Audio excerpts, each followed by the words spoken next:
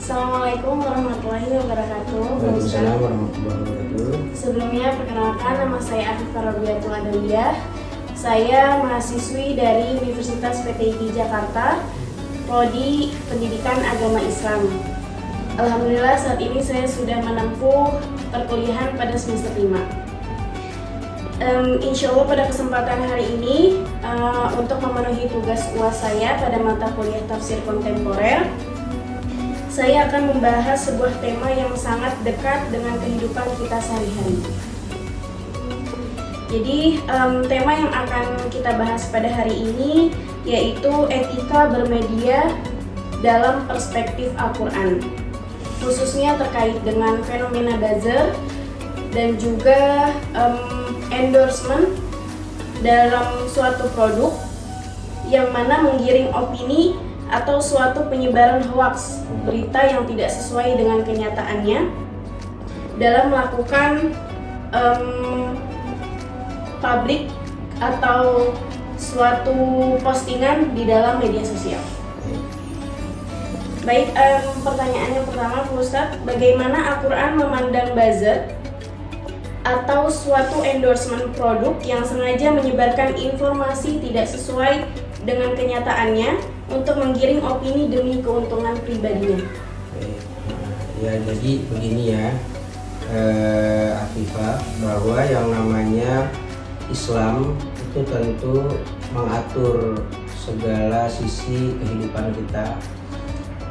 Meskipun teknologi dengan perkembangan zaman ini sudah sangat amat pesat, namun hal itu tidak menutup Al-Quran untuk bisa tetap memberikan tuntunan bagi kita pemeluknya terkait dengan apa-apa yang kita lakukan dalam keseharian kita. Berkaitan dengan buzzer atau penggiringan opini yang dilakukan oleh pegiat media sosial, tentunya itu juga sudah sangat diingatkan oleh Al-Quran, oleh Allah Subhanahu wa Ta'ala di dalam surat An-Nur, yang mana Allah Subhanahu wa Ta'ala itu menyampaikan, dan ingatlah ketika kamu menyampaikan sesuatu kemudian kamu mengucapkannya dengan mulut-mulut atau lisan-lisan kalian tanpa dilandasi dengan ilmu, dan engkau menganggap itu adalah sebuah hal yang ringan, tahsabunahu hani'a wa huwa indallahi azim, kata Allah. Ternyata hal-hal yang kita rasa sepele, hal-hal yang kita rasa itu ringan, itu ya di hadapan Allah bukan hal yang bisa kita anggap sesuatu yang sepele. Makanya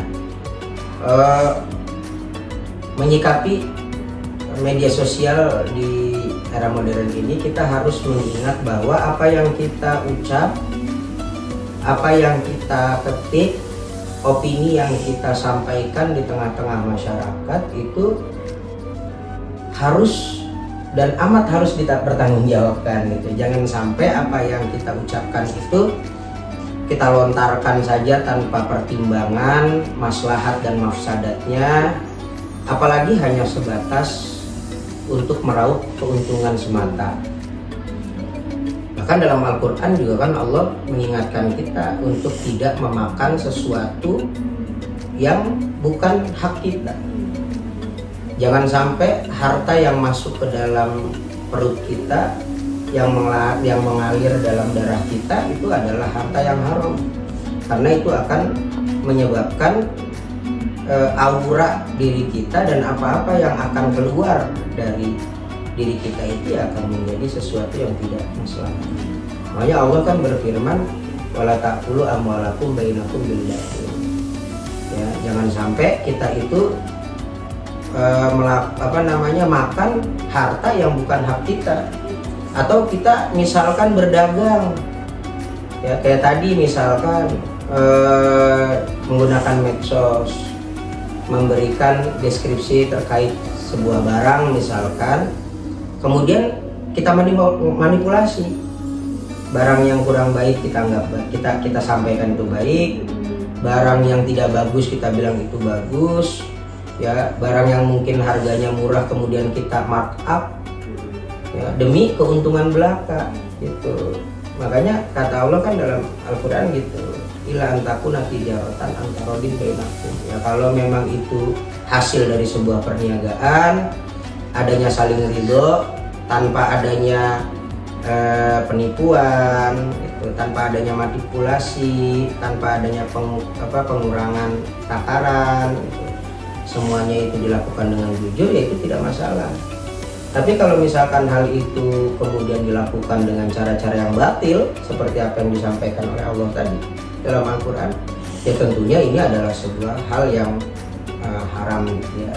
Itu perlu sama-sama kita perhatikan. Gitu. Jadi dalam bermedsos sebagai buzzer atau sebagai pegiat medsos yang kemudian mendapatkan endorsement, itu ya harus memperhatikan norma-norma agama yang tadi disampaikan oleh Allah.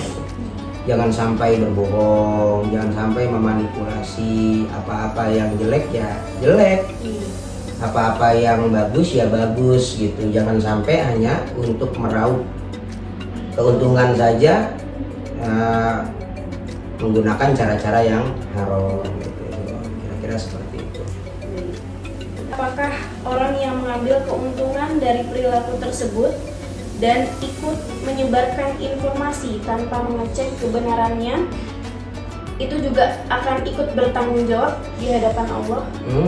Ya jelas gitu kan, jelas. Meskipun sekedar ikut-ikutan aja gitu. Ya jelas gitu, karena apa yang dirasa tadi kan kata di dalam Al-Quran kan jelas kan dalam surat An-Nur itu tadi kan, tahsabunahu hani'an wa huwa indallah azim. Apa yang menurut orang itu dia saya cuman nge-share doang kok. Saya cuman menyebarkan ulang kok gitu. Itu kan dianggap bahwa hal itu kan sepele gitu kan, ringan gitu. Padahal ternyata dampaknya kita belum tahu. Gitu, berita yang berisikan fitnah, berisikan hoax, ya, kemudian itu akan mencemari nama baik orang lain misalkan, akan membuat produk orang lain menjadi hancur misalkan kredibilitasnya gitu misalkan seperti itu. Nah ini kan akan merugikan orang lain gitu. Makanya itu tadi wa ma yalfidu min qaulin illa ladaihi raqibun atid. Ya, istilahnya apa yang dia ucapkan gitu kan. Kalau sekarang bermedsos ya apa yang dia ketik gitu kan. Maka itu ingat bahwa di antara huruf-huruf yang dia ketik, di antara opini-opini yang dia sebarkan, ya di situ ada raqib atid yang mencatat. Nah, itu. Jadi semuanya bertanggung jawab gitu. Setiap kita bertanggung jawab. Ya, itu kira-kira seperti itu. Baik, pertanyaan terakhir, apa pesan Pak Ustadz buat kita sebagai pengguna media sosial terhadap apa yang kita lihat, apa yang kita dapatkan dari informasi-informasi yang kita temui di media sosial?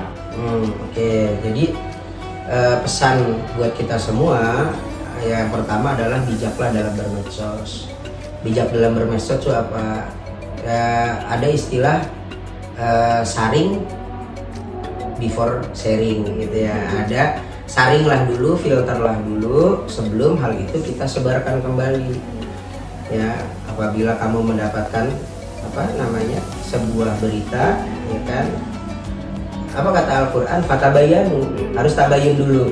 Ya, apa yang kita baca kemudian kita anggap itu benar, kemudian kita anggap itu pantas untuk kita share, ya, misalkan itu adalah sebuah kebaikan, sebuah kemaslahatan, ya share gitu sebagai bagian dari tabligh kita gitu, sebagai bagian dari upaya kita untuk berdakwah. Tapi seandainya itu tidak pantas kita share, maka kita juga harus belajar bisa untuk menahan diri. Istilahnya la khairu fi katsirin min khairin hatta tajida lahu maudian. Kata Umar bin Abdul Aziz ya. Jadi kita nggak boleh banyak bicara ya, karena banyak bicara itu akan menjerumuskan kita pada kesalahan. Seandainya pembicaraan kita baik pun, kita juga nggak boleh asal sembarangan. sampai kita menemukan waktu yang tepat untuk menyampaikan itu. Jadi nggak sembarangan, itu yang pertama.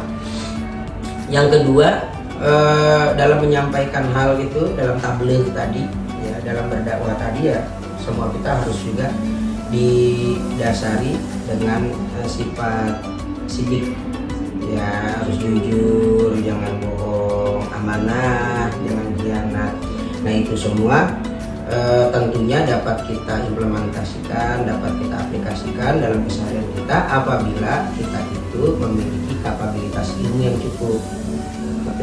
Jadi kita harus banyak belajar, harus banyak baca, sehingga kita bisa menentukan secara bijak mana berita yang mungkin bisa kita share, mana yang cukup kita telan sendiri. Nah itu juga menjadi pesan-pesan lah untuk kita semua gitu. Jangan gampang ikut-ikutan, kalau kata anak-anak FOMO ya. Ini viral di share, ini viral diikuti ini. Nah itu yang seperti itu juga nggak baik ya, kira-kira seperti itu. Alhamdulillah, semoga pesan-pesan dari Pak Ustadz bisa menjadi ilmu yang bermanfaat buat kita semua. Terima kasih Pak Ustadz pada kesempatan hari ini. Ya, terima kasih. Assalamualaikum warahmatullahi wabarakatuh.